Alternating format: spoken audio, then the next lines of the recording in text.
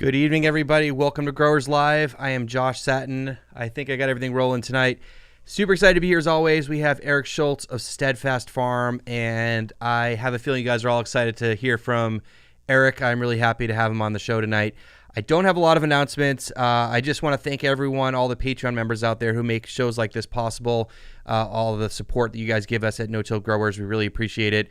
Also, if you're not aware, in addition to the 3 podcasts that we've had out, Jesse's podcast, the No-Till Market Garden podcast, the No-Till Flowers podcast, the Winter Growers podcast, and now the Collaborative Farming podcast with the third member of No-Till Growers, Jackson Roulette, who's a farmer in Kentucky. If you don't know who Jackson is, he does a lot of the behind-the-scenes stuff at No-Till Growers. So check that out, all about collaborative farming, a lot of cool stuff in there, and really happy to have Jackson putting out some content too, which is a lot of fun. He did some summer shorts as well. So with that in mind, I think we'll just get right into the interview here and get Erich in. And as usual, we'll chat for a while. We'll take questions from the Patreon members, which we already have, and then questions from the chat. So let me get Erich.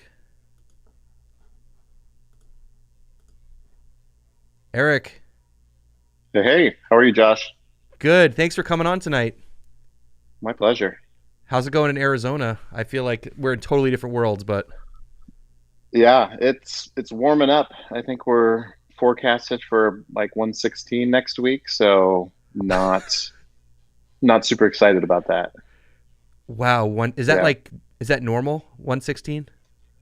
It feels a little hot, little fast. It does get to that point, but yeah, it seems a little shocking for sure. But yeah, we are absolutely kind of opposite. This week is our last CSA distribution of the season, so this will be week 32, and so kind of excited about that as well. Wow, that's crazy. I know, but it's a dry heat. That's what they are. That's what they say. Yeah. Yeah, I lived in Colorado for 5 years, so I kind of understand. It's different. I grew up on the East Coast, and I live in North Carolina now, so humidity is king, but Sure. it does make a difference. But 116 is still 116. It is toasty for sure. Yeah. All right, so I do want to talk about some struggles that you have and challenges growing in the area that you do, because I don't talk to a lot of growers out in that area, maybe because it's really hard, or I don't know. Can you give everyone a little bit of an intro in your farm and what you do and some of the basics about what's going on? Yeah. The farm is, I guess what makes it most unique is it's in the middle of a suburban community. So there's a large master plan community called Eastmark, which we're in the southeast valley of the Phoenix, one of the suburbs called Mesa.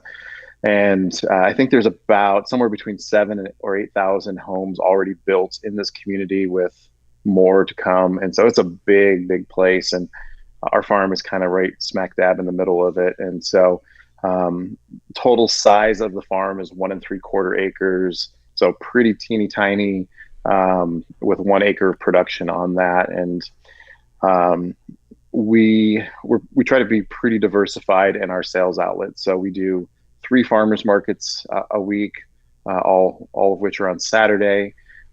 We have about 25 restaurant customers that we sell to. We do 100 family CSA, and we have a farm store on property, which we just recently switched to a self-serve kiosk model. So we're open 7 days a week, 7 a.m. to 7 p.m. So, Wow, Erich, so let me get this right. You said 20 to 25 restaurants, 100 member CSA, and a farm store on 1 acre? correct. Okay. So I don't know if people understand how much production that really is. So I know I want to talk about the setup of your farm and sort of that neighborhood thing. I know Sure. there's some questions about it too, but I know one thing I've always been amazed of seeing, footage of you talking or stuff like that about your farm is your approach to efficiency and streamlining. And I'm the same way. I love that stuff. Do you have a background? Where does that come from with you? Or is it just part of how you think? I think it's just the way I think. If you look at our farm, I kind of joke that if you look at how everything's on a grid, and I mean, it is kind of the way my brain works. And so I try to design farms in that way. But Yeah, I mean, efficiencies and systems are like keep me sane, I guess. Maybe I'm a little insane in my approach to that, but um, it's just it keeps it's how I can keep a handle on that, and it's really probably been a product of when I started farming. I started on 22 acres, and we were tractor based, heavy tillage, um, with spaders and bed shapers and water wheel transplanters and mulch layers. And that was 4.5 acres of vegetables with another 5 acres of orchard crops. We did 10 acres of heirloom wheat. And then we did livestock of um, sheep, pigs, chickens, ducks, turkeys. And we were doing our own chicken processing on site. We were doing 100 birds a week. And so as far as like streamlining and systems, like from basically having zero quality of life for many years and losing honestly a lot of years of my kids growing up, um, the the what the farm is today is a continual attempt at recapturing quality of life and setting um, some parameters, some safeguards to keep the farm from consuming all of my being, I suppose. I understand that completely. For me, before I started farming, I was a brewer, and I did that for 5 years. 5 years. So that sort of SOP streamlining efficiencies, like if I could Mm-hmm. save 3 minutes every time I made beer, like I'm going to figure out how to Yeah. save those 3 minutes. And I approach the same way. I think we're similar in that way with the way we set up farms. And I know anyone who's seen photos or video of your setup is like it's pretty clear what's going on and like everything. And it's also easy for people to come on the farm and training, I assume too, right? Yeah, that's a big part of it too, is allows us to bring on people with very little experience because we have systems that allow people to, get up to speed really quickly. And that's been really, really helpful for us. Can you talk a little bit about your farm store? I know I've been following you on Instagram for years, but it's beautiful. Sure. And what are some like how's that progression going? And then you guys added like coffee and did I see tacos? Like what's going on? Sure, sure. Well, because our farm is in the center of this community, we have a lot of built-in customers, right? A lot of potential built-in customers. And so part of what we've tried to do is create a place where people want to come and hang out and enjoy the farm. And, part of integrating farms in communities is really about reconnecting people with where their food comes from, right? And so the farm itself has a sidewalk, all the way around it, with a little two rail fence that kind of keeps people from walking in there. But that allows people to really see, because we're so small, see pretty much everything that's going on. And and then with the farm store, it's right on the corner, of the property. And we always wanted it to be really small and manageable. And so we basically put one of these sheds. Our whole farm is basically all the infrastructure is sheds that we've purchased and moved there. But the shed that the farm store in the building is the total size of it's only 24 foot by 12 foot. And so it's teeny tiny. And of that 24 feet length, we've actually partitioned off 8 feet of it for my office, which has since turned into a storage for a coffee shop and that. So I have a little teeny tiny spot of that. But anyway, so the farm store is literally like 16 by 12 exterior dimensions. And so it's as small as can be. And but by design, because it really allows us to be just to give that feeling of abundance and not having to worry about stock so much product in there that it doesn't feel sparse and it just goes back to the psychology of how people shop with their eyes and that. And so we wanted something that was simple, clean, beautiful, but felt abundant and properly stocked. And so the store is teeny tiny, but we do until about a month ago, less than a month, we were only open 3 days a week, Tuesdays and Thursdays from 3 p.m. to 7 p.m. So 4 hours twice during the weekdays, and then 8 a.m. to 2 p.m. on Saturday. And that was it. Um, and we still did a decent amount of business out of there with those limited hours. But we recently switched to this self-serve kiosk model where we have a iPad set up with a customer interface POS system that works for the direct to consumer, and people just go in there and grab the items they want and check themselves out, and it's been really, really great for us. Yeah, shocking. It's gone shockingly much better than we anticipated in that. And I was super nervous because even the farm store, it's not just produce, because we've done like self-serve honor system farm stands in the past where people just put money in a pay slot or whatever, but we're stocking like other of our friends' products, whether it's like, fancy bottles of olive oil or coffee or, fresh bread and raw milk and all these things. And so we're paying out of pocket for those things. And so the risk of theft was a little nerve wracking, but, going from being open, 14 hours or whatever a week to 84 hours a week is a dramatic increase. And that kind of buffers if there hasn't been already, there will be some theft, but we're not paying somebody sitting there for 84 hours. And so it offsets quite a bit. I think that's an interesting model. I hear more and more about, honor system farm stands and stuff, but I like the idea of, having a digital checkout that people can come in and that's a lot of hours, like to have someone staff there and yeah. Okay. So where did the idea for coffee, was that like, do you just drink a lot of coffee, or is that like? I do drink a lot of coffee. Going back before, I mean, most people don't know this, but I was planning on opening a coffee shop / food concept prior to farming, and with a friend, and there was a kind of a delay in what that was going to be. And so there was a transition period where I was like, what am I going to do? And so anyway, I decided to farm. I was like, I'm going to farm for 3 years, help out a friend until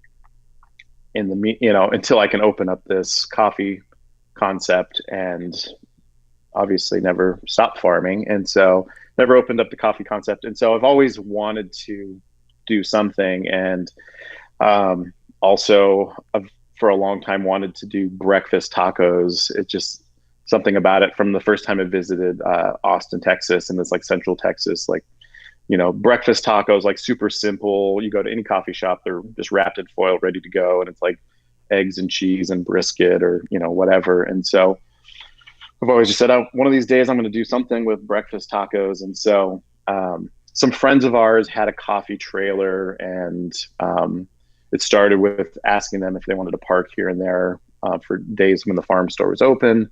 And that eventually turned into, hey, we should do something more permanent. And so that's kind of one thing led to another. And right now we ended up just taking that coffee trailer, and we partnered, rebranded it, and it's parked on the property off the road now, and it's tables and chairs. And so it's like a trailer food truck kind of a thing, but it's permanent, and people come, and we're open 7 days a week, 7 a.m. to 12 p.m. And we sell lots of coffee and lots of breakfast tacos. And so it's kind of our just like the rest of the farm, our farm is very bootstrappy in the sense that like we buy the right tools necessary to do the right job, but we're not afraid to use cool bots instead of buying commercial units and all that kind of stuff. And the trailer is the same way. Like we're looking at this as we don't have a payment for a building and additional rent and all these things. And so eventually, hopefully it'll fund a brick and mortar coffee shop in that has actual indoor seating and whatnot. But for now, it's been great. And people can come. Yeah, they come and grab their coffee and taco, and they can walk around the farm, shop in the farm store. It's kind of just a whole thing.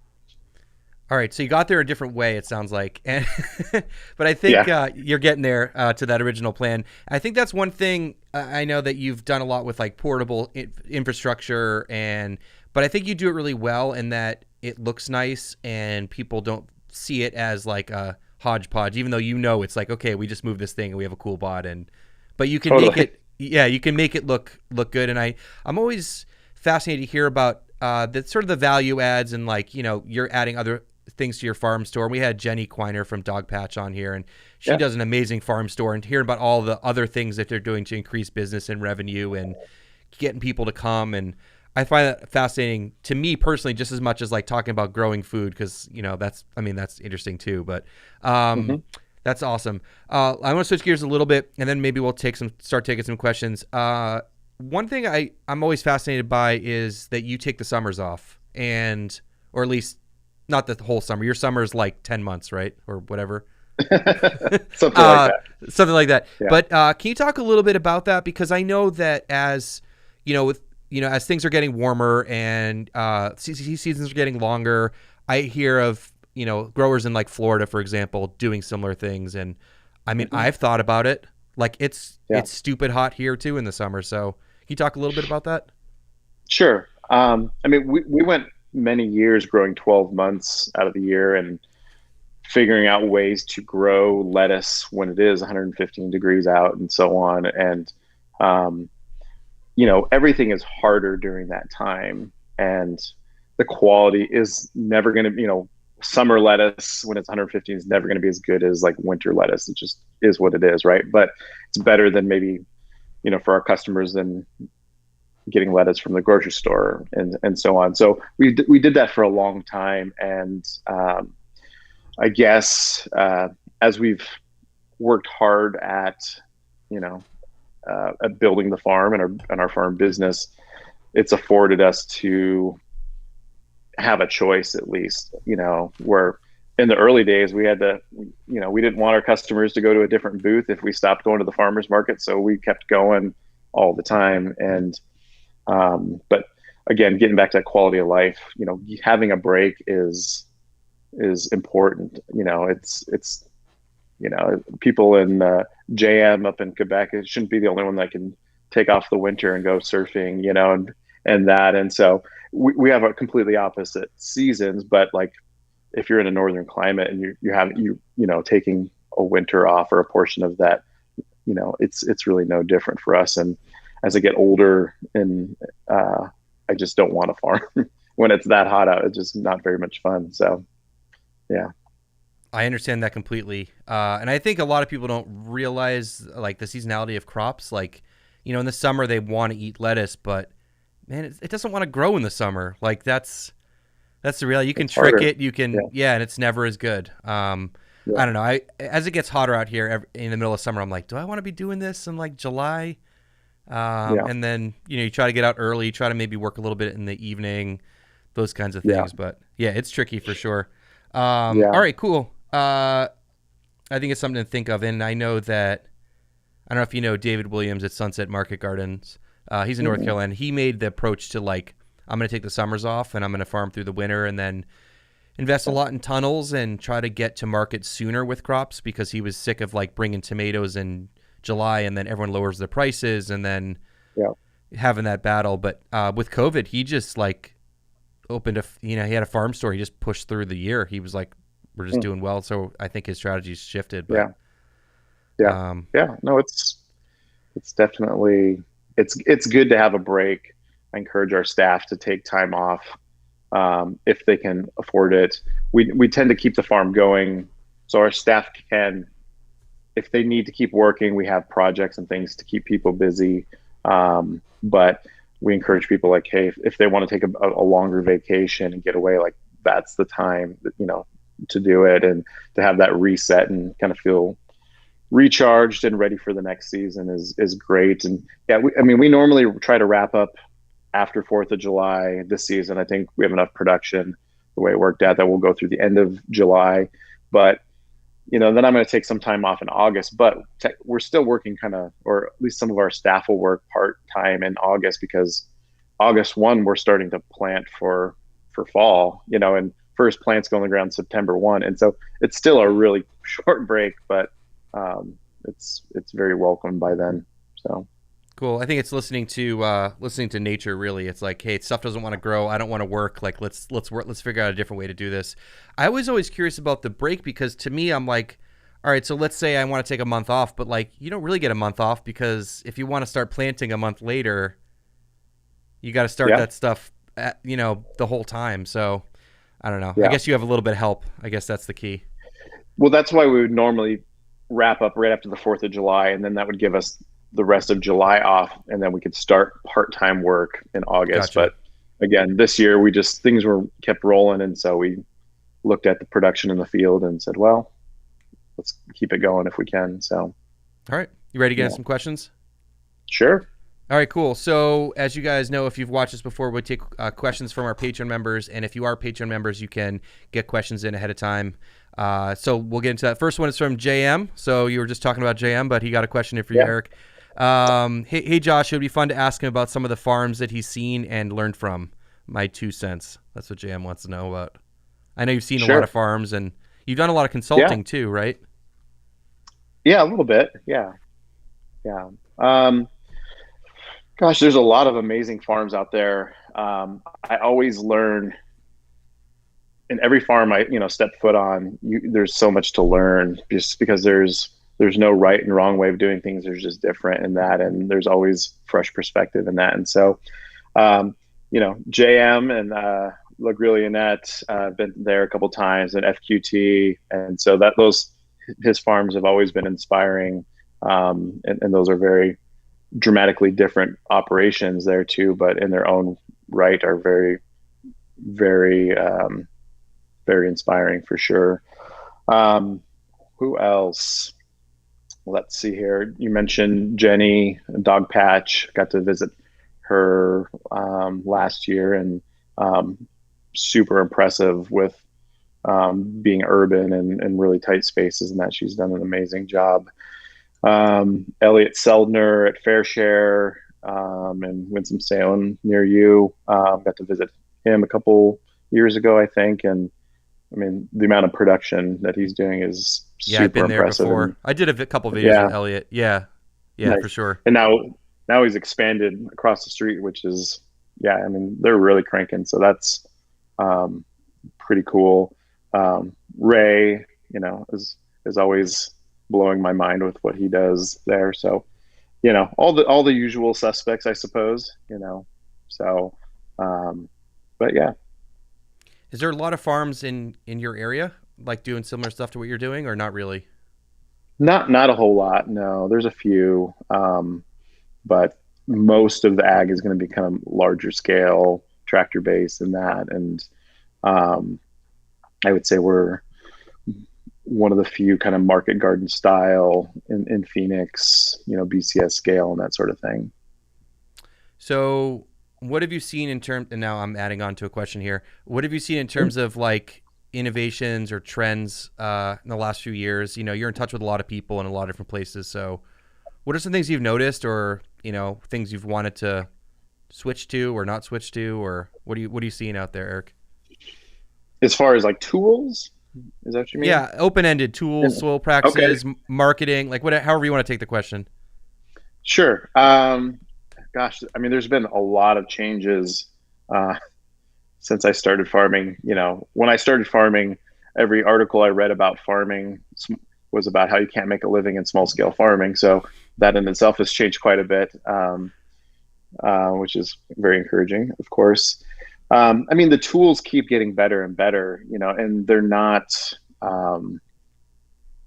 the tools we use are not super complicated. They're very simple tools, but just the refinement has been incredible. But just seeing people and companies put money into our scale has been great. I think on the software side as well,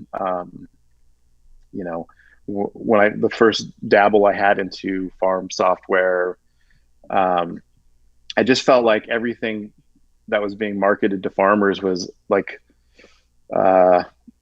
obsolete software from another industry that they like repackaged for farmers, and it just was always so cumbersome. So now to see some technology companies and that like really going after it, whether it's Tend or Local Line or, you know, some of these, has been, even Square. And I think in like 2020, like the amount of software from like online or self-serve kiosks and online ordering and delivery, like it's come so far, and it's really made um, it possible for us to do those type of things, or to consider like home delivery and that, where before that seemed like an impossible task. So um, I don't know. I still kind of feel like our type of farming is just getting back to the old way of farming and that too. So there's something old in what we do too. But just having, I'm all about having the right tools for the job and that, and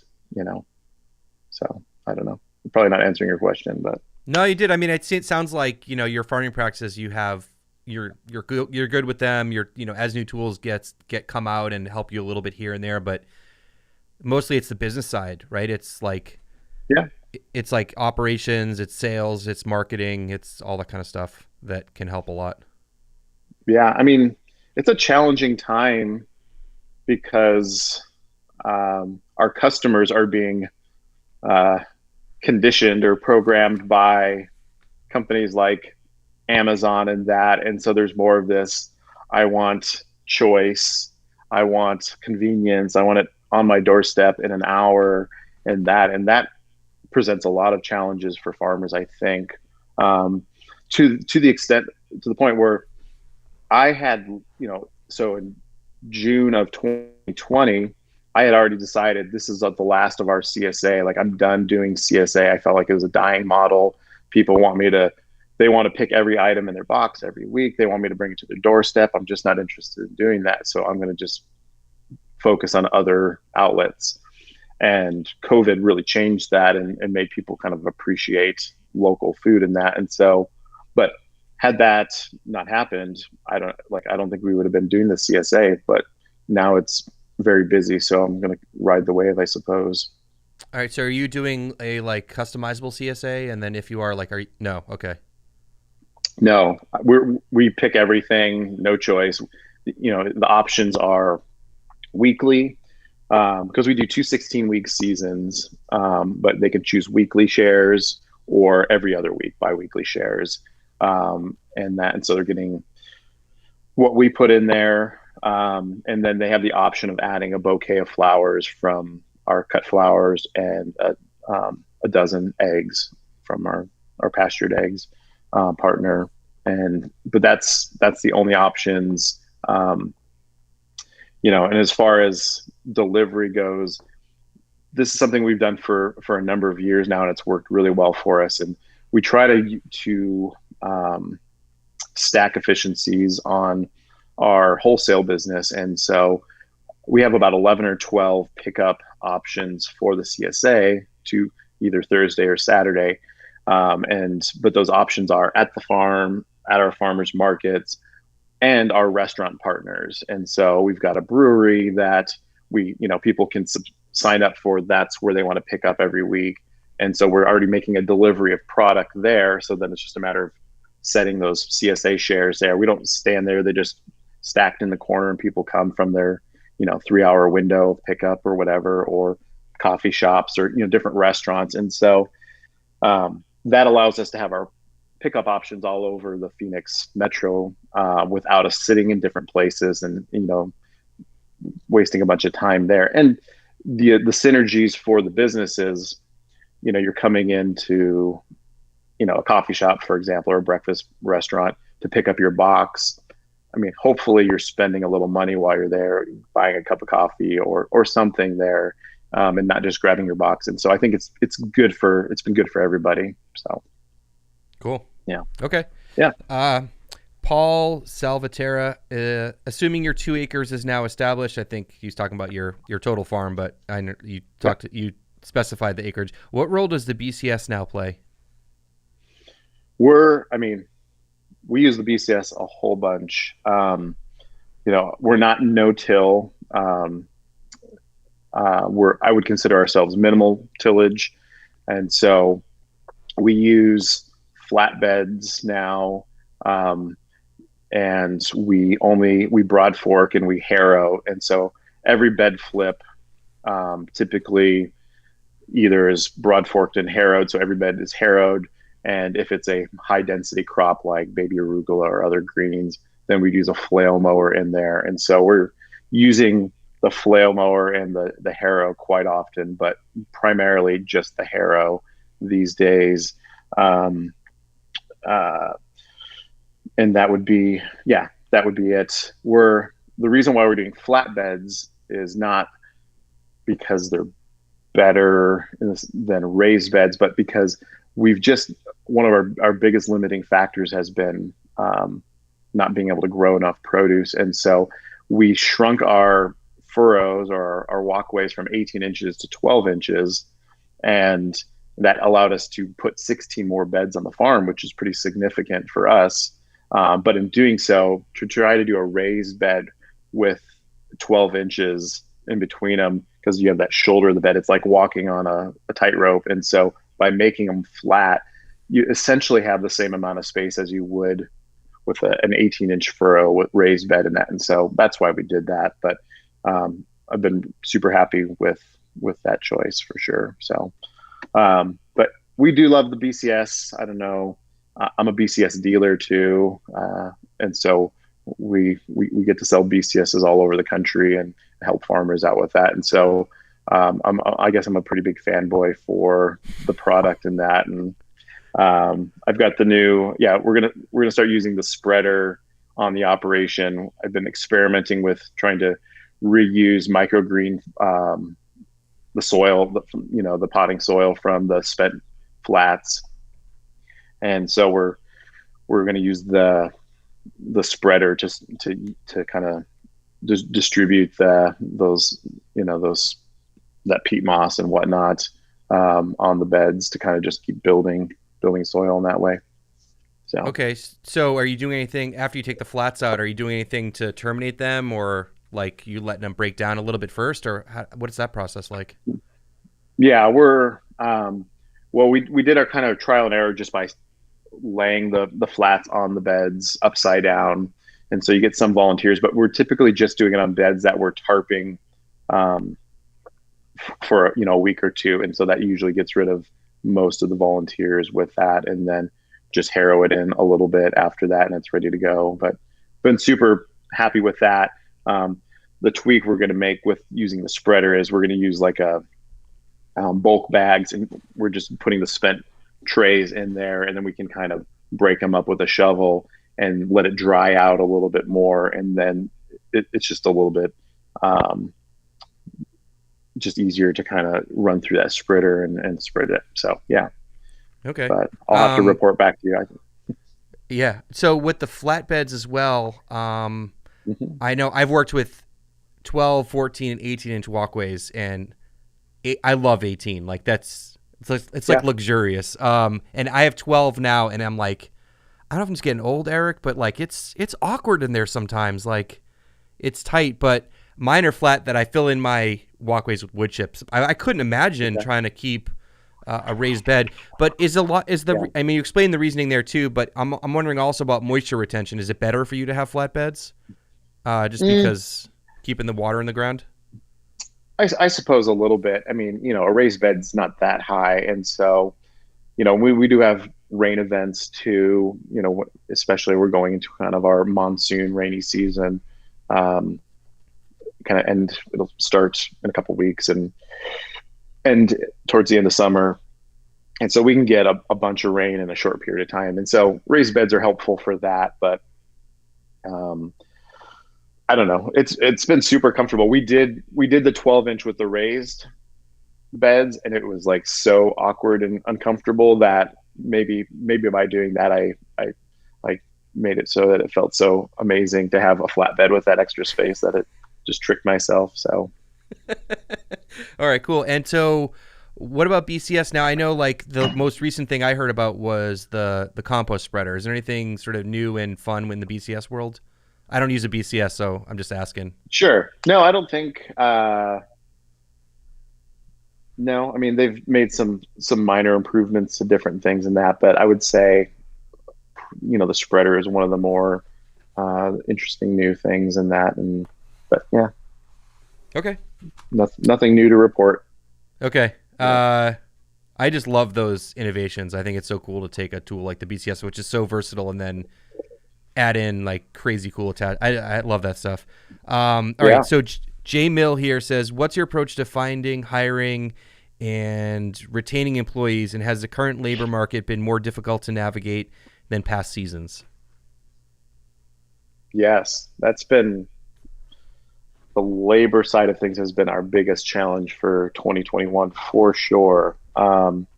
Keeping people, hiring people, it's all been really tough. I think we were spoiled for the last however many years. When we needed to hire, we would just basically post on Instagram, and that was enough to post for one position and get 60 people apply for it.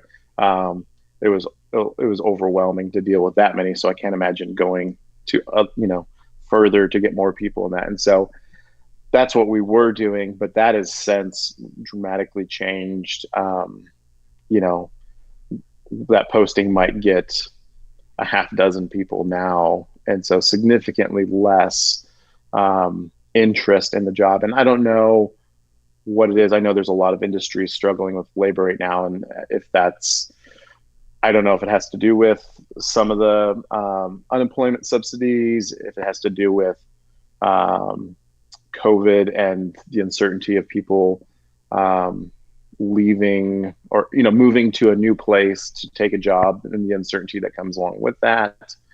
I'm not really sure, but it's definitely been a challenge, and we're definitely understaffed right now. And but and we never got to shut down the farm or take a break. We've only been busier since COVID kind of hit, and that too. And so we've just been trying to adapt and adjust as things go, like a lot of farmers have. And so, but yeah, I don't have any answers for the hiring. I can speak maybe a little bit about our hiring process, which we've really refined over the years to help save my time of like weeding through applications and that too. And so we actually require for somebody to apply, they fill out an application, they send in their resume. We ask for a letter of recommendation, preferably from a previous farm. They do a personality test and send us the results. And they do a video interview, we call it. And so, because a lot of our applicants are from out of state, it's really hard to get to know somebody in that. And so we have a simple list of questions that we ask people to record themselves answering and send that in. And that gives, and they're very simple questions, like what are their interests and, so on.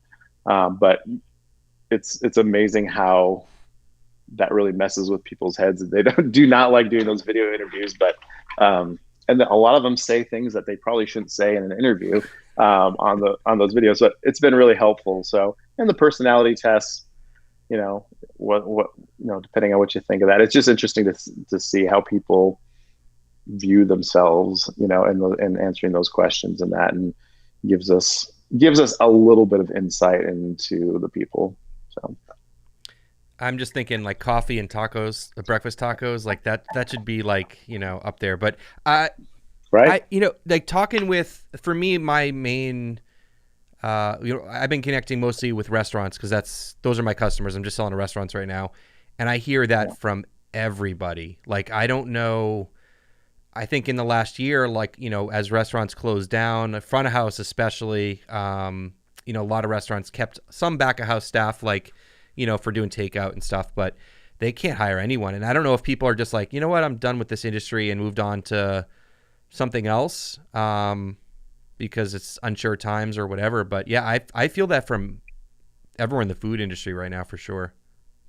Yeah, I don't know where all these people could have gone, because it's such a huge the restaurant industry. So like, there's not that many unfilled jobs that they're So I think there's something else to it. But I think it's going to self-correct. I think things are going to start to come around in the next few months, hopefully, and people will be looking for jobs, and we're hoping to bring on some folks for our start of our next season in the fall and that. So we'll be opening up hiring for that here in the next month or so. Absolutely. Okay, cool. Nicholas Echeverry says, "Hi everyone. I'd like to know if he's affected by the great southwestern drought now, but also when thinking long term for his farm."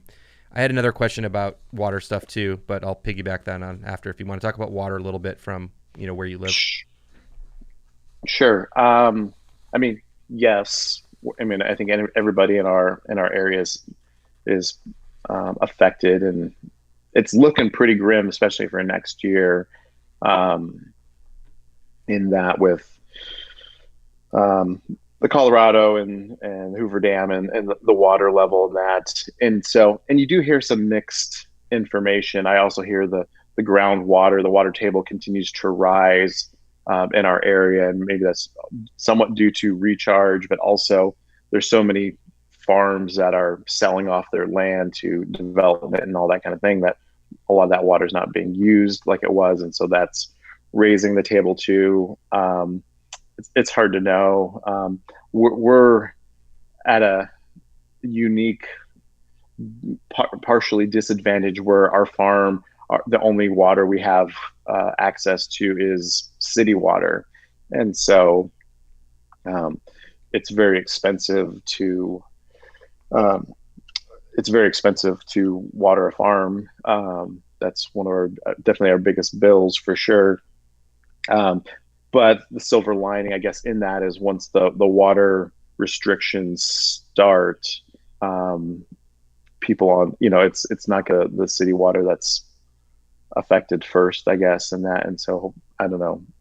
I don't have any answers. We're just doing the best we can and drip irrigation and being responsible with the water we use and that. But yeah, and it's some big problems that are way above my pay grade to solve. And so best I can do is, I mean, people need to eat in our area, and so we need to produce food for them. So I just try to be as responsible with those resources that I can and affect my little bubble. Okay. Here's a similar question. This is from Chris Fenning. Hey boys, greetings from the western slope of Colorado. Eric, will your current setup be affected in 2020 by the water levels in Lake Mead? Is that where your water comes from?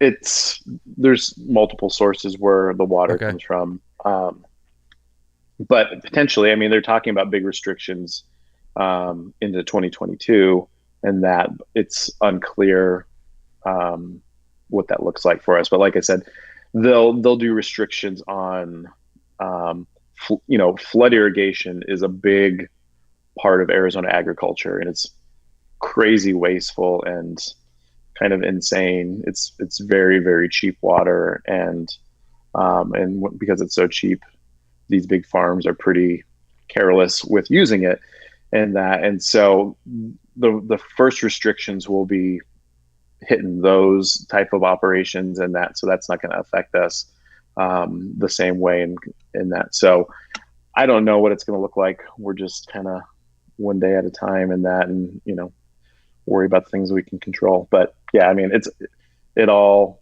flows downhill in that, and we're at the bottom here, so we will see. Okay. Yeah, the continuation of this question here. Some farmers in Arizona have already been told that they are short 25% for 2022, which you were mentioning. Were you grandfathered in or given rights over like homeowner usage? Because we're on city water, okay, we're not restricted in that same way. We don't have the ag water rights in that, and we're paying top dollar for the water and that. And so we'll be, if there's restrictions, if we get hit with restrictions, we're in deep trouble, Okay. And that, so we're all a long ways down the line with what we do. So. Okay. And then there's a question here. Are you still using 40% shade cloth on your lettuce? We use, we alternate between 30 and 50 in that. So I don't use 40.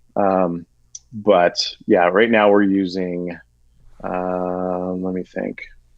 I think we've got 30 out there right now, kind of going in there. And yeah, our greenhouses are all 32. 30s is great, good enough. 50 obviously shades more, but it makes the lettuce a little lanky, and it also kind of dulls the vibrancy of the color um, in the lettuce and that too. And so 30 keeps it looks a little less anemic, I suppose. So Okay. Are you leaving yeah, your shade cloth on the lettuce in the field like until you harvest it, or just at the beginning? the whole time. Yeah, Okay. Okay. yeah. So that would differ than I think what Ray does. Um, Right. I think so. Yeah, but yeah, Okay. we'll leave it on. All right. Cool. Scott Snodgrass, in regards to farming in agri-hoods, how supportive of the farm have you found the residents to be, and do you know what percentage of the sales are residents from your community? Um, our community has been incredibly supportive. My very first farm was also an agri-hood, and that was not nearly as supportive as where we're at now. Um, and so my goal is always to not, um, I help developers with some consulting that want to do these kind of things, and a lot of them think that the community is going to fully support the farm, and that's the business model or business plan, and I think that's really risky. We've always not wanted to bank on that, but just try to do good things and let that slowly build up over time, and so yes, I would say especially our farm store is significantly it's the community there, because obviously that's the most convenient for them. And so I would say at least, I don't know, 25 to 35% of our business comes from the local community in that. But we had established customers in the CSA and the farmers markets, which our farmers markets aren't near the farm. They're downtown Phoenix and uptown Phoenix and kind of spread out all over the place. So it's a totally different customer base, but we didn't want to count on moving, starting a new farm, because this farm is only 3 years old. I didn't want to bank on the business coming from there, but I think over time that percentage will grow. And, at some point there's only so much produce to go around. It's very possible that we have a zero distribution model where all of the produce grown on site can be consumed and sold through that farm store or through the CSA, and that obviously that sounds pretty interesting and exciting, but we're just going to kind of let that naturally happen. Okay. And what do you how do you feel about this model now? I guess you said the first agri-hood setup was not as good as this one, but have you seen this in other places, like working, not working? Is this common? Like, obviously, I feel like you're a spokesperson for like agri-hood farming at this point, but Sure. Um, I mean, this is a really big topic. We could do a yeah. podcast just on this, I think. I would say many of the existing agri-hoods out there are not a successful model. There's a lot of complexities when you're talking about a developer that's used to acquiring land, building infrastructure, working with home builders, building homes, trying to do this as fast as possible, sell those homes, and then get out of there and move on to the next project. Like that's the goal.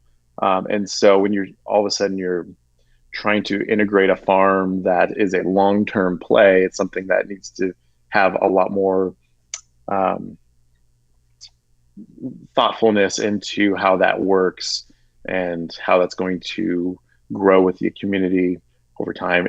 It creates a lot of challenges, I would say, and so there's just a lot of things that need to be set up well. And so, the challenges with my first farm in that community was one of the reasons I didn't start that farm. It was in existence for 10 years prior to me taking over operations, and they had struggled with operators I think yearly a lot of turnover over those 10 years. And I think the neighborhood got tired of, the farm's open, we don't have a farmer, so it's closed. And, it just wasn't super successful. And so I think the community just kind of lost interest in it. And so when we got there, we had obviously a lot of uphill to kind of regain that confidence with the community, which we did, but it took some time for sure.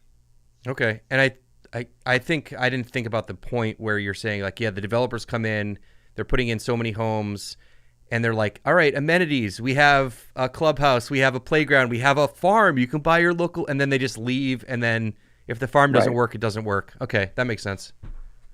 Yeah. And like our farm here, it's the land is owned by the developer still. Like we don't own the land. We have a long-term lease with them, but that, that land is worth, I think last I heard was like, $6 million for, one and three quarter acres.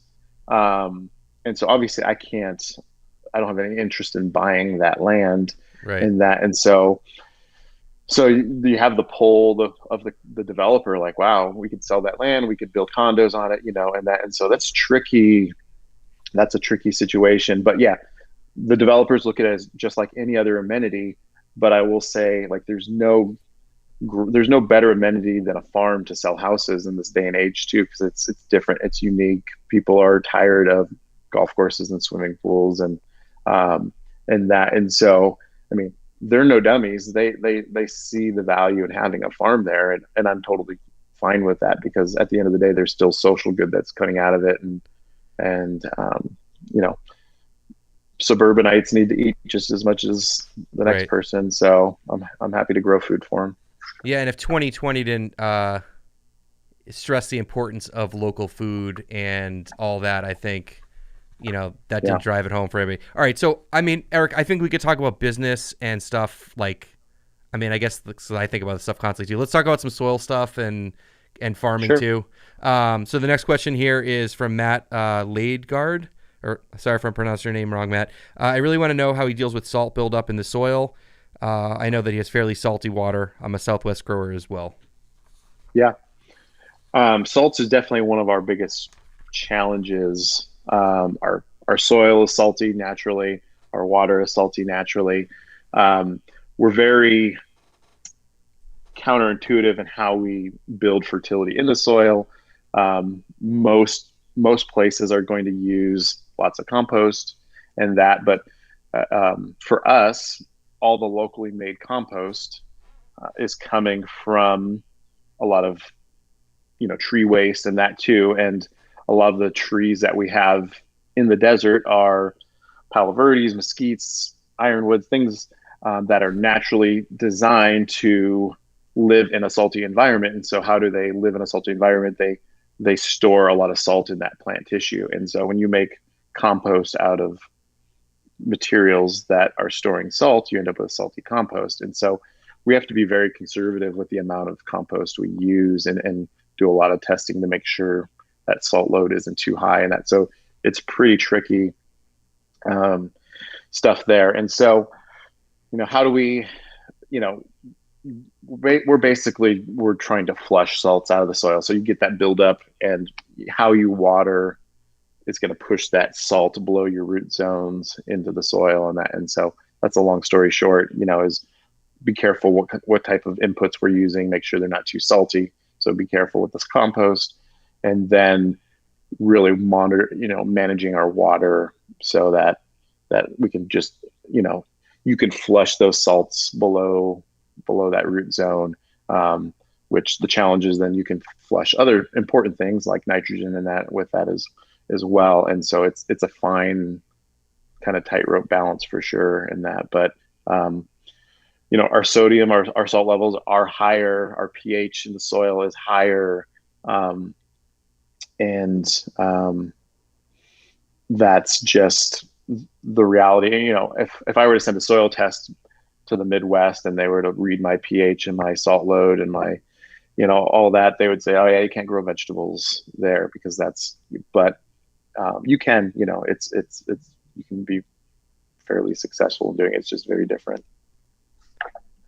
So what are some of those? Is this like what are some of those techniques like heavy waterings? But like I'm guessing that like overhead waterings is that basically like how you flush it, or strategic about when it rains, or is this similar to like how? No, Yeah, go ahead. I was gonna say like it's like a soak and cycle type watering. So we're using drip irrigation, and so not heavy watering, but just we have all of our irrigations automated, so we can do our shallow waterings to help with germination and with transplants and that to help them get established. And then we also have programmed in kind of a deeper watering to give that, you know, it's using the water wisely too, but we want to make sure when we do that deep watering, it's pushing things down.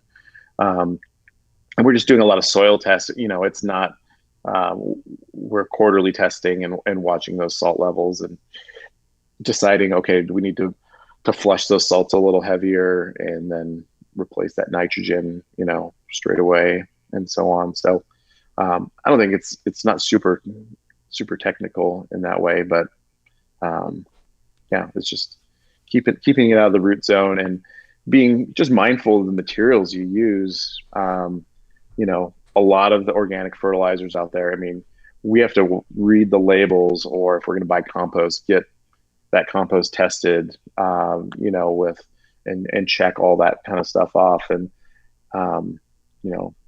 dairy manure, is one of the more readily available fertilizer sources, composted dairy manure, and they use a lot of that in compost locally too. But again, that's a salty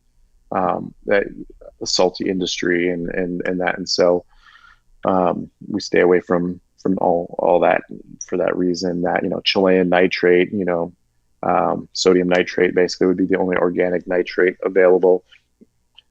We can't use anything like that, so we have to do it. It's the slow play. We're just having to kind of keep an eye on things and build up our fertility slowly. But our organic matter has increased quite a bit in the last 3 years. It's pretty incredible, and the tilth in our soil makeup has gotten better, and so it's holding in nutrients better. It's mitigating salts better, and that. So it's just a matter of kind of building that soil life.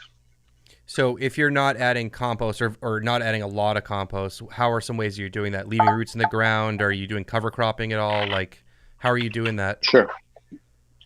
Yeah, we leave a lot of the roots in the ground because of our high intensity system and our long growing season. We don't have a big enough window to do cover crops, and I got a lot of crap last season for because we just tarped at the end of the season and that, but we're turning over those beds so much, so there's a lot of plant residue that's staying on those beds, and using tarps to break those down. So that's one thing. We've been experimenting this year with basically Leonardite, which is humus. Basically, it's humus in its most broken down form, and that. And so we have a local amendment company that owns a Leonardite mine, and we've been buying products from them, which is basically like pure humus. And so this basically black kind of crushed rock, we put down 3 pounds over a 100-foot bed every time we flip it, which 3 pounds, you can hold it in your hand. And so it's like a sprinkling. It feels like you're doing nothing, like you're wasting your time doing it, but we've seen incredible results with that organic matter increasing in that. And we started with a heavy compost load when we built the farm. Originally, we spent about 15 grand on compost to start us off and add that in there. And then we've been just using this K-Hume to kind of build it up from there, which is just a stable form that isn't really affecting or adding to our salt load and that. And so we get that from a company called Humagrow, They're local to us, and they've been really great.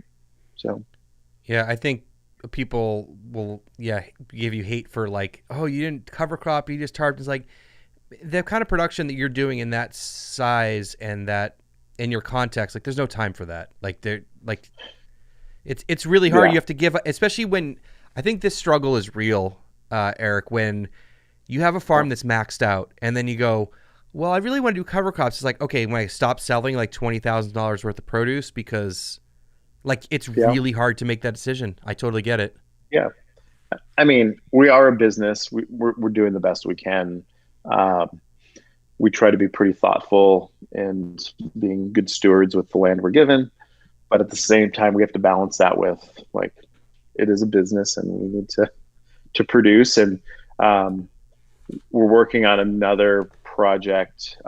It's in the early stages, but it'll give us another piece of land that's even bigger than we have now. And if we go to that, that'll allow us to increase production by adding some of the crops that maybe we don't have the luxury of growing anymore because of the space constraints. But it'll allow us to just give us a buffer to be able to do some cover crops and work that in. Because I mean, right now, same week a crop comes out, it's being backfilled with the next crop, and we have a really organized crop rotation to keep those plant families in a good kind of circuit in that too. But um, it's life is messy. So Yeah, I hear you. All right, last question from Patreon, and I want to make sure we get a couple live questions. So, this is from yeah, Permadynamics. Hi, if he can tell about one crop he's producing, can you explain how he's growing the conical cabbage, having a tight head and no breaking? This is Matthew. breaking as in splitting. You think I is that what assume we're so. okay? I mean, we're very we don't have to worry about a lot of exterior or rain basically, and mitigating rain like a lot of places would. And so too much water, you know, can split cabbages in that. And so just monitoring the water we do so that it's getting the right amount, so it's growing but not too much water, I guess. I don't know if that's a very exciting answer, but I mean, that's your answer. I I don't mean, know. That's my answer. yeah, okay. All right, so getting some live questions here. Jeffrey Fortner, what crops do you grow? So what do you specialize in? I know you mentioned lettuce, but what other kind of Yeah, stuff? we do a lot of salad greens. So we produce about 600 pounds of salad greens a week out of the farm, which basically means close to half of our beds in production are all salad greens, whether it's like a salanova or direct seeded baby greens. Um, so lots of salad greens. We do a lot of baby veg, so lots of carrots, radishes, turnips, kohlrabi, fennel, um, green onions, and let's see. That's probably it for. We do some storage radishes, some of the faster growing stuff like the purple daikon and things like that. We have a tiny, small area of the farm where we grow a limited amount of what I would consider kind of low value, long DTM crops, and those are just for CSA members. So you mentioned the conical cabbage. That's only for CSA members. We do some broccoli, a little bit of cauliflower, only for CSA members. So just enough for giving a little bit more variety to those shares. We do some bunching greens, kale, collards, chard. And then in the greenhouses, we do the lots of cucumbers, tomatoes, peppers, eggplant. We swap out a lot of bunching greens for some summer squash in the field and when the seasons change. Um, what else? A little bit Are of you cut still? flowers. Yeah, I want to ask you, what are you What's still that? doing a lot of microgreens? We are. We do those all indoors now. We have a maybe like an I don't know, an 8 by 10 room in one of our little sheds. That's our microgreens production room, and we do a lot of production out of there. We only have four. It's basically four shelving units, racks of those, so that allows us to do, I guess, 80 flats a week out of there. But because we're controlling the temperature and the humidity and airflow, I mean, it's turnkey every 7 days. Yeah. Today was the day we cut all the microgreens, and replanted them. And so, um, I mean, that's definitely the most profitable square footage on the farm, because if we fill all those spaces every week, I mean, it's darn near $2,000 in revenue a week coming out of that room. So it's pretty incredible. But I've also ridden the wave of microgreens are, all the chefs want them to. Now not a single chef wants any microgreens. They want edible flowers or whatever the next new thing is. Um, so, it's always just, I think it's a saturated market. It's something that we do as an add-on product that's great for us. It's a nice thing to put in the CSA boxes. And we've seen kind of a resurgence with the retail and some of the, even the restaurants. Actually, our biggest microgreen purchaser is a brewery in town that they buy, like, I don't know, 30 pounds of sunflower shoots a week, something crazy. And yeah, they're making these little earth bowls, I think they call them, with our microgreens, and selling a lot of them. So I'm happy to Okay. grow them. So And what's up yeah. with the flower? What's up with the flower stuff too? I mean, we do a minimal amount of flowers that are, allows us to, for our CSA, we have that as an add-on. So people pre-buy a bouquet for each box. And then we try to keep flowers stocked in the farm store, and then hit the holidays, Mother's Day, Easter, that sort of thing. And, whatever we can send a half dozen to a dozen bouquets to each market each week is, good. It's been, it's just a nice, you know, uh, add-on little thing that we don't count on it, but it's just, you know, it's kind of depressing how people will spend a lot more money on flowers and vegetables, but is what it is. Okay. Okay. Yeah. Question here is, what sort of composting setup do you have on your farm, and any issues with contaminated compost? Mm. I mean, we talked a little bit about the compost. We're very careful with the compost we use. We don't have any space for composting on the farm. We tried to do it, and we filled it up so fast. There was like, um, there's just not enough square footage to put all those materials. And so, we actually use, um, green waste bins, and we send all of our green waste that comes out of, that's not staying in the field, that goes to our local, like, city compost yard, and that. And Okay. so we found out over, it's more cost effective to buy high quality compost from people that are really good at, you know making compost, and send all your green waste, there instead. And so that's been, um, yeah, our approach. My first farm, we had a huge compost yard, and we had an agreement with the community where we were getting all of the green waste from all 500 homes in that community. And we had 10 huge bays, and we had a tractor with a bucket, and we were turning it once a week. And it was a whole thing. And when I did the financial audit at the end of the year of what the amount of labor and, resources we spent on making that compost, which I would say it was mediocre compost at best, even though we were trying to water and keep the temps, at the right, we're still like, that's not our focus. And so we just aren't going to be as good as people. And so it was a lot more expensive and once you started to look at the hours spent, as opposed to just letting the experts do it and buying good quality from them. I feel So, the same. I feel the same um, way. Yeah.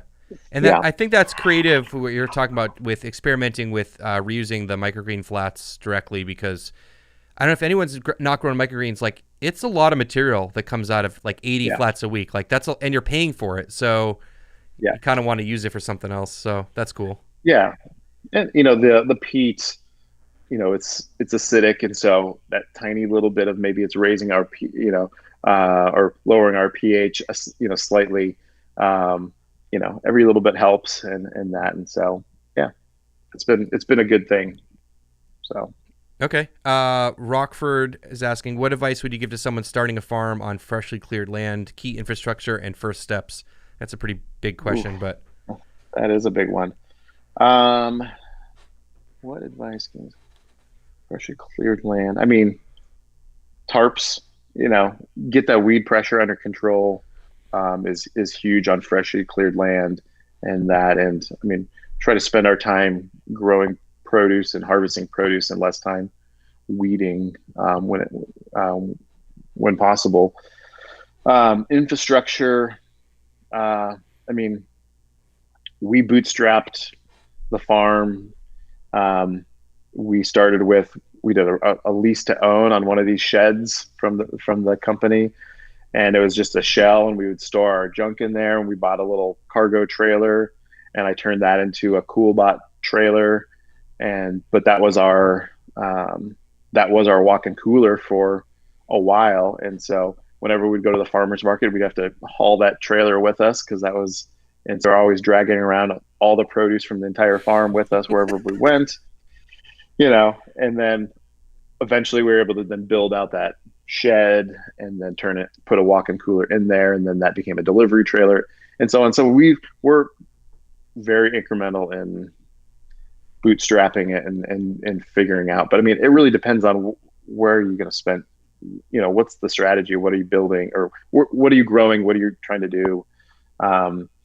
Starting out small, mastering the little, those small things before you're moving on to, the next thing. Don't try to do too much at once.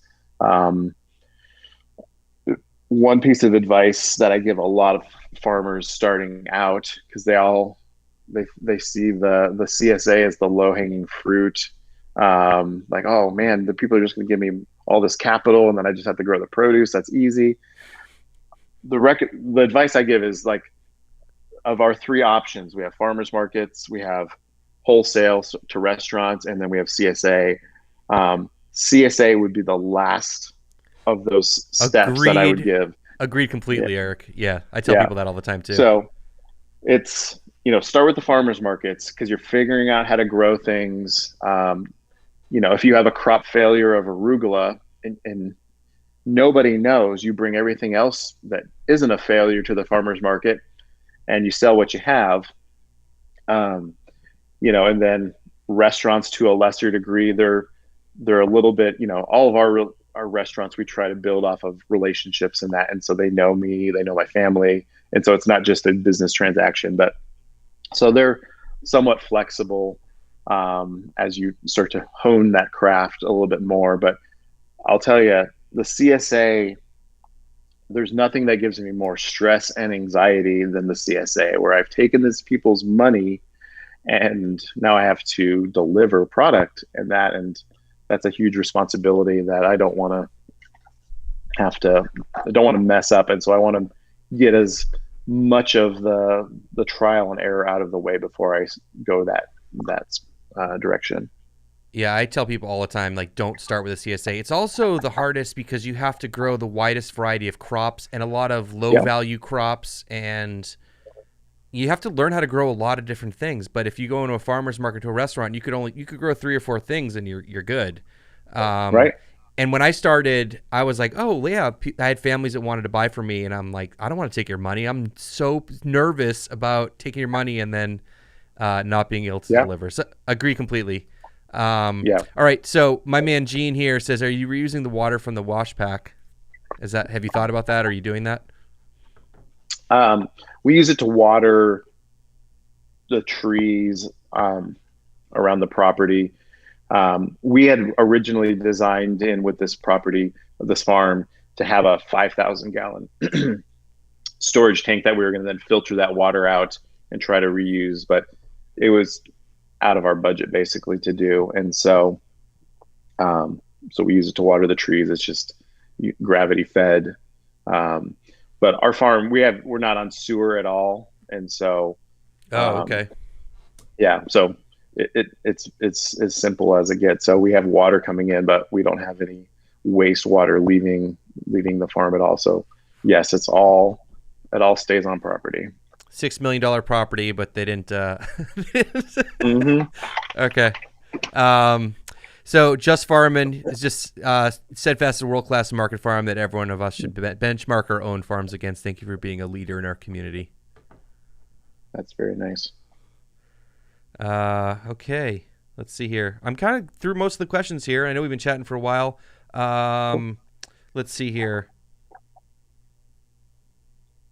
I guess you kind of hit on this. JC is asking, what's the biggest mistake that new bootstrap market farmers make?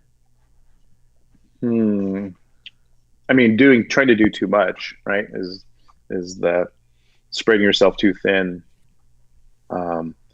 It's so, I mean, it's so hard on so many levels because there's so many outlets to do so many different things. And down to its simplest level, like look how many tomato varieties there are to choose from. Like it's so hard not to, we grow like 6 varieties now. It's like as boring as it can get. And so it's just to not be tempted to chase after everything. I tell people we grow boring vegetables now. Like, I mean, they're not exciting. It's not the cool everything and that, but it's like, this is what my customers want to buy. And I've been working really hard for a number of years. And so, I mean, I want to sell the vegetables and I'm okay with being boring at this point, and that. So just keeping it simple and just know like, yeah, I can't grow cool heads of cauliflower anymore because, I don't have the space and they don't make much money, or, storage onions, or don't do a lot, winter squash. Just we have constraints and we have to make choices and keep it simple. Cool. I like it. So, Eric, what's coming up for Erich Schultz and Steadfast? And you said you're working on another property, another farm, or like what's in store for that stuff? Sure. I mean, we're slowly building up, our existing farm. So, we just added the coffee trailer, doing breakfast and that. So we're going to keep adding that. Next stage will be going to a brick and mortar on property, expanding that. The new farm is with the same developer. We're kind of in the design stage of another community and adding a farm to that. It's about 45 minutes from us, so that'll give us kind of opposite ends of our metro area to be able to grow products. So we'll see these things, especially working with developers. These are very kind of long, slow projects and that, and so it takes a lot of patience and that. And what else? I'm just trying to stay sane. Hoping to working on a small kind of a mini master class, if you will. There's a lot of really talented people that have already done these master classes, and so I don't want to. What I want to contribute is maybe just what we do uniquely, hopefully, and so create hopefully a slightly more affordable product that's not quite as content intensive. It's kind of a little down and dirty and simple, kind of like our operation. So I don't need to show you a video on how to, direct seed radishes and turnips and whatever. Like one will probably be sufficient to do that. And so just kind of simplifying some of that. And so just want to share. I mean, there's some people that are interested in some of the details of what we do, and this will be hopefully a way to share that with folks. That sounds awesome. It's definitely out of my comfort zone doing videos and such. So I typically let folks like you, Josh, handle all this kind of stuff. But I think it'll be good to. Are you having to do the camera work? Are you having to do the camera work? Or No, you're just the talent. You just show up, right? We've got a really talented videographer that's going to shoot it, and really we want to do it different. We want it to be like very pleasing to the senses. So like the cinematography, like really just like, it's not just documentary style, but like just really hopefully something that you just want to watch, and like good music. And not to say that others don't have that. It's just like, just do it a little different, I guess. So, but yeah, I'm just showing up and they just tell me what to say. So Okay, that sounds awesome. And let us know when you get closer. We'll try to get the word out so Cool. people can get in front of more people's attention. So let me Cool. know for sure. Thanks. Okay. Eric, anything else you want to add, or things that like we didn't get to talk about, or? I don't think so. Okay. We had a lot. I mean, I think we could schedule another time down the road to hit on some of these other topics and dig a little deeper. But no, it's been fun. Awesome, Eric. I would totally be down for that. And thanks again for coming on tonight. I really appreciate you giving us some time. My pleasure. All right. All right. All right. Well, big thanks to Erich Schultz. If you're not aware of Eric's work, he's an incredible farmer, and you should definitely follow him, at least on Instagram. But check out what he's doing. I can't wait to see what he comes up with that master class. And I don't know, his farm is so sleek and so dialed in, and I've been a big fan for a long time. So it's been cool to get to chat for a little bit. Hope you guys enjoyed this. Really appreciate all the support as usual. Go check out the new podcast, the Collaborative Farming Podcast, and we'll see you guys in 2 weeks.